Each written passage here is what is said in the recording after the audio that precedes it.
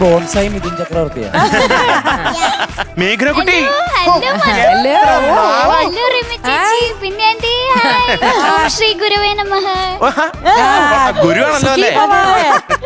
ഓ ബിന്യാന്റെ രണ്ട് ശിഷ്യഗണങ്ങളാണ് മേഘന. ഇത് നമ്മുടെ ബിബിൻ ചേട്ടൻ, ഇത് അനു സോനാര ചേച്ചി ഈ അറ്റത്ത്, അത് മെറീന ചേച്ചി. കണ്ടോ?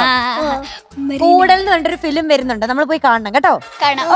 ഓക്കെ, എന്താ രണ്ടുപേരുടെ വരവിന്റെ ഉദ്ദേശം? ഞങ്ങളൊരു പാട്ട് പാടും. ഏത് പാട്ട്? പെണ്ണേ പെണ്ണേ. ആഹാ, പെണ്ണേ. നമ്മുടെ അഫ്സലിക്കയുടെ പാട്ട്.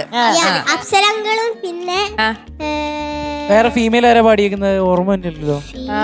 അയ്യോ, അതാരാണ് റിമി ചേച്ചി? ശാലിനി സിംഗ്. അതിന്റെ ഡീറ്റെയിൽസ് ഒക്കെ? ഗബ്ബർ സിംഗിന്റെ മോളാ. സിനിമ ഉദയനാണ്. മേഘനക്കുട്ടി സീനിയർ. ഉദയനാണ് താരം.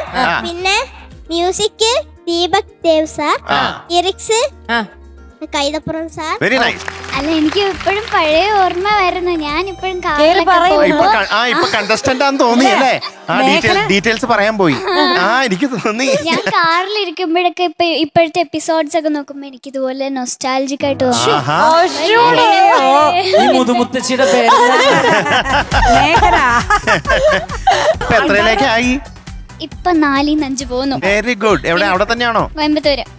പാചകത്തിന് ഒരു കുറവുമില്ല. പക്ഷെ അതെ അതെ, പണ്ടത്തെ പോലെ തന്നെ അല്ലേ? ഇന്ന് കഴിഞ്ഞിട്ട് നേരെ നാഗർകോവിലോട്ട് പോവാ. അടുത്ത ഷോയ്ക്ക് പോവാ. പിന്നെ ഇപ്പൊ കഴിഞ്ഞ ദിവസമാണ് പിറന്നാൾ. അത് UK-യിലായിരുന്നു. അങ്ങനെ ഫ്ലൈറ്റ്, കാറ്. അതാണ് നിന്റെ പേര് റിമി ടോമി. കട്ടപ്പനായിട്ട് എന്തെങ്കിലും ഒരു ബന്ധമുണ്ടോ? ചെറുതായിട്ട് എഴുതിയത് ഞാനതാ. ഞാൻ കട്ടപ്പനേന്നാ. അത് ശരി, അടിപൊളി. അതിൽ നമ്മുടെ ഒരു പാട്ടുണ്ട് കേട്ടോ.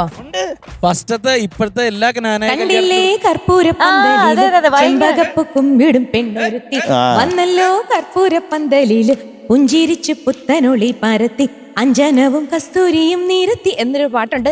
അത് വൈക്കം വിജയലക്ഷ്മിയും ഞാനും കൂടി ചേർന്ന്.